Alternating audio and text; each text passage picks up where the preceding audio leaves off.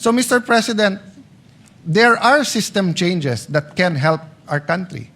But it won't happen kung may problema tayo sa demokrasya. Sabi ng Pangulo, I am president not only of my family. And it is worth yung palakpak na binigay sa kanya.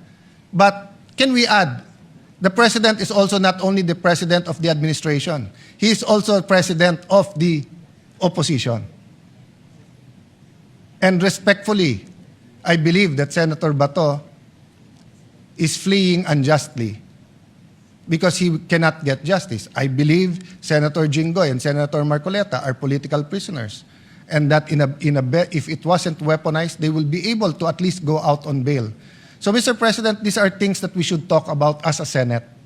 Beyond politics, beyond emotions. Sabihin nyo na mali ako, but should they be allowed to attend the impeachment? Sabihin nyo na mali ako, and they're not political prisoners, but are they getting the justice?